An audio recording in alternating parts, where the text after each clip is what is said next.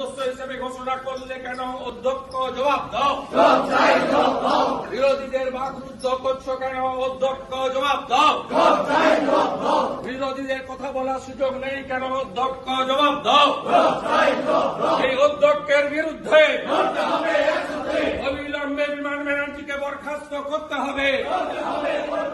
অবিলম্বে অধ্যক্ষকে বরখাস্ত করতে হবে।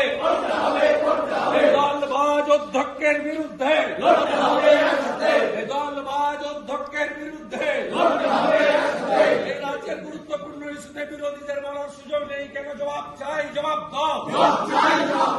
তাই তো আমরা ভারতীয় জনতা পার্টির পক্ষ থেকে অধ্যক্ষের অপসারণের রাস্তা আনছি, আনবো। দলবাজ অধ্যক্ষের বিরুদ্ধে পাবলিক অ্যাকাউন্টস কমিটির চেয়ারম্যান তৃণমূলের এমএলএ কেন? জবাব চাই, জবাব দাও।